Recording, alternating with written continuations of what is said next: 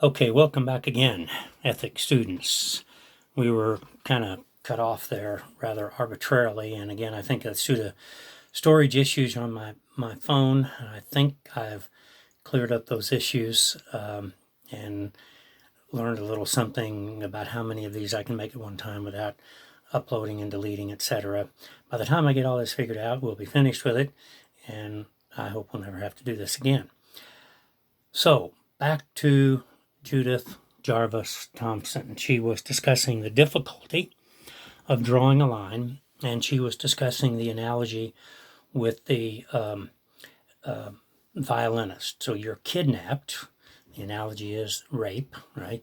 You're kidnapped, and this violinist is plugged into you, and you want to unplug. Can you unplug, or can you not unplug? And that sort of is the analogy representing the situation when a woman is raped.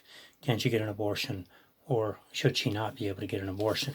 Should she do it, or should she not? The legality of it, while important for us societally, is not as important and as crucial for us as figuring out what is the ethically right thing to do, regardless of what laws say. And we've seen this disconnect before. For example, with slavery. Slavery was legal. That by no means implies, at least under the classical realist position, that it was ethically right. So there is a distinction between what's legal and what's ethical that has to be kept in mind at all times. From the voluntarist point of view, the voluntarist pretty much goes along with the idea that if it's legal, it's ethical. But even the voluntarist wants to change laws sometimes, and then we have to get into the question of upon what basis does the voluntarist propose to change lives. All right, so you saw the two major sort of distinctions there with regard to Thompson's article. One was the question that the violinist was a stranger, and the being that was conceived even in rape is not a stranger, it's actually your child. And the other issue was that the act of abortion is really not exactly just like pulling a plug. It's a little bit more complicated than that, and oftentimes, in fact, much more violent than that. So, Thompson gives a number of arguments, which we can't go through every single one. But I want to draw your attention to a couple of things that she says towards the end of her article, and this would be on page 344. She gives the example of someone who requests an abortion. She's in her 7th month, and she wants to avoid the nuisance of postponing a trip abroad. Even Thompson sees this as indecent. You can read about that on page 344.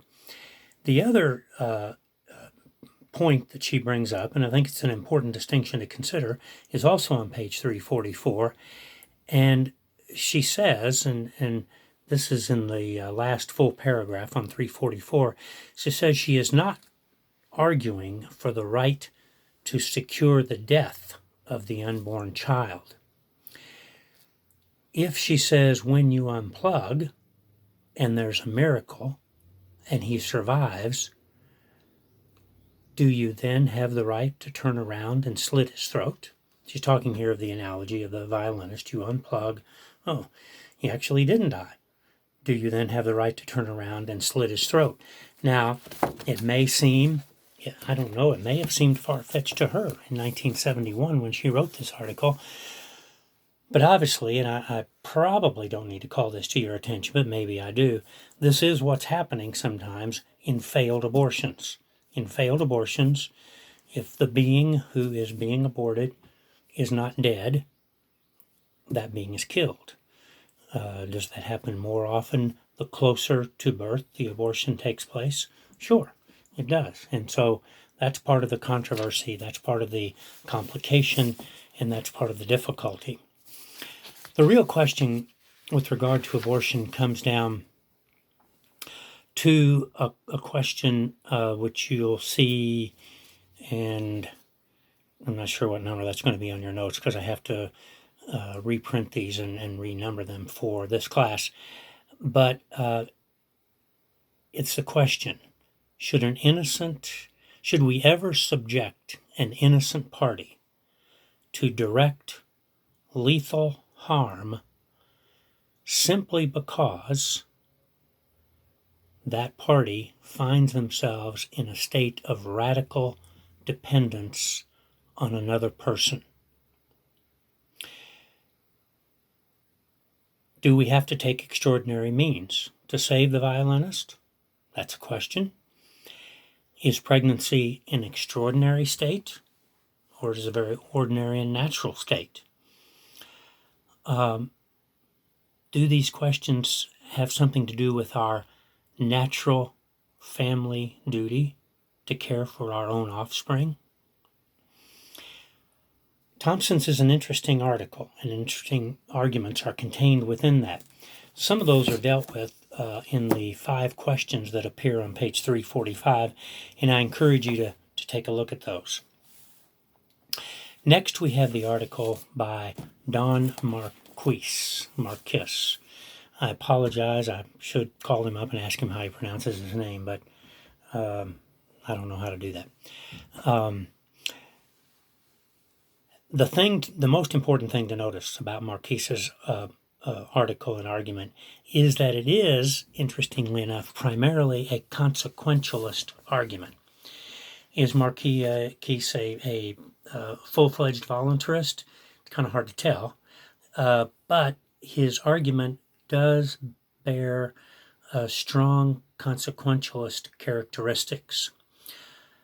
His main focus, and this is the reason I say that it's consequentialist, because his main focus is that the problem with abortion, the answer to his title, Why Abortion is Immoral, is that it deprives the fetus of a future. Right? It deprives the fetus of a future, which is true, but the more important distinction that we're looking at here is the distinction between an intrinsic evil and an instrumental evil. While it is not all that debatable that abortion does deprive something of a future, the question is it evil? Is the act evil? Now, looking at it as Marquis is looking at it, he is saying that it's an instrumental evil, but he's not saying that it's wrong in itself. Right? If an evil is only instrumental, then that leaves open the possibility that it can be performed in some circumstances for some reasons. And that is precisely the most difficult question with regard to abortion and infanticide, and for that matter, even euthanasia.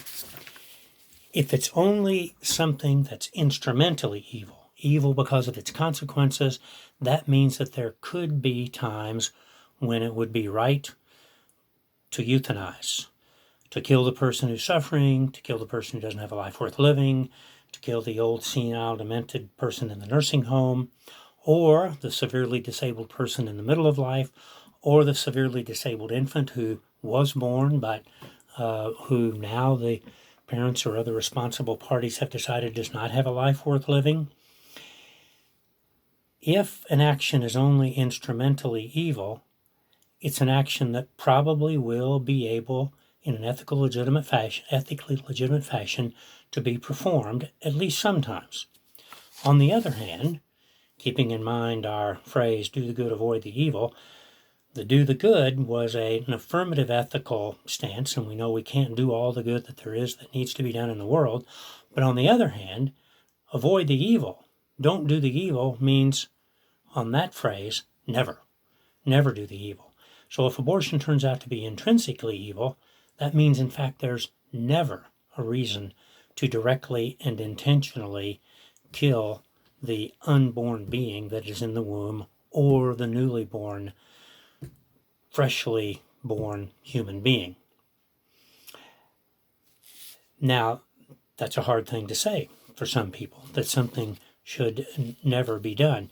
And people will bring up, and I think I posted an earlier video for you when we were talking about the principle of double effect. You might want to go back and look at that. And it dealt specifically with the problem of the ectopic pregnancy and why that's not an abortion. Cancerous uterus would be a similar kind of situation. If the principle of double effect truly applies, then an action that might look like what's going on in abortion is not going to be. But the principle of double effect has to completely apply, and that includes, most importantly, the intention. So you can't just sort of use other factors as a convenient excuse under the realist evaluation of these ethical principles. The voluntarist, well, the deciding factor is ultimately what you want, the result that you want, the result that you prefer. So, as I put in the notes, what's the bottom line? The bottom line is just that distinction between the intrinsic and the instrumental evil. If we're going to justify abortion and infanticide and euthanasia, then it's not going to be able to be completely prohibited, either ethically or legally.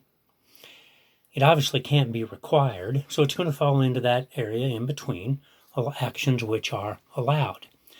But if it's going to be allowed, it has to be allowed because at least sometimes it's seen as a good.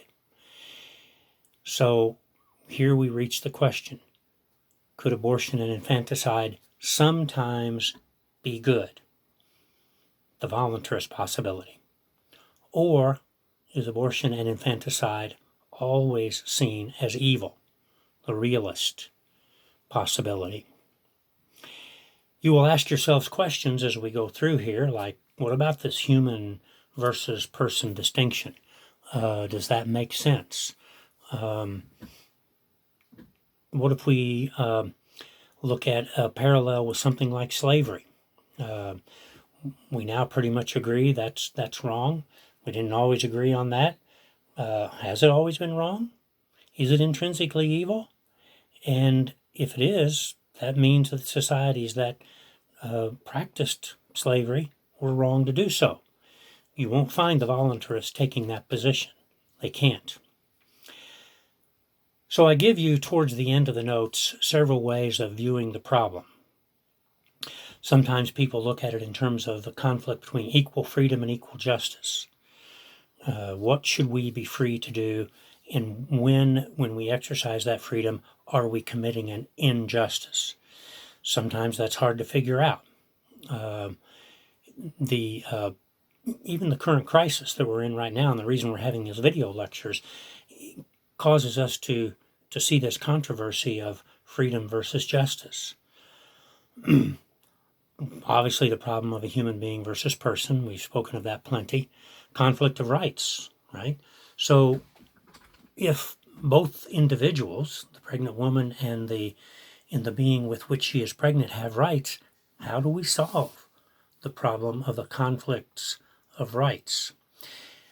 Sometimes it's proposed that the fetus is just like a part of a body. Well, a finger is a part of a body, an ear is a part of a body, but a being inside the womb is not exactly the same as just an incidental part of the body. It doesn't stay a part of the body forever, for one thing, and it grows and develops in ways that other parts of the body don't grow and develop. I mean, now while our fingers and our ears have grown and developed since we were very small, and they may continue to develop or they may deteriorate as time goes on, they don't separate themselves from us and begin a life of their own. So that's an important distinction. Is the act of abortion a direct attack on a human good? Is it something like, say, murder? Is it something like self-defense? It's another one of the proposals that Thompson makes, that abortion sometimes is perceived as self-defense. Well, who's the attacker? If you're raped, clearly the attacker is an external person and a separate person. It's difficult to put the fetus into the position of being the attacker. I have had students refer to the fetus as a parasite. So maybe there are some of you who share that view that abortion is to be looked at as self-defense. And you remember there were 4 criteria that needed to be satisfied in order for self-defense to be legitimate. Well, there are a lot of interesting elements to these issues of abortion and euthanasia, which we simply aren't able to consider, partly because we don't have the proper opportunity for feedback that we would in the classroom. And while you know from experience that I can talk for 50 minutes straight, it's much more difficult for me to talk into this little screen for 50 minutes straight, or even for 30 minutes straight, than it is in the classroom. So I think we're going to leave it here. We've covered abortion and euthanasia. We have a couple of classes left after this, which are going to be pretty much concerned with summation. The next time we're going to go over a little bit more extended summation of the 2 ethical viewpoints and different points upon which they either agree or disagree. And then in the last class, we will discuss a few points perhaps to review for the final exam, what the final exam will look like, and I'll forward to you somewhere in between there also, again, the guidelines for the paper. So I'll see you next time.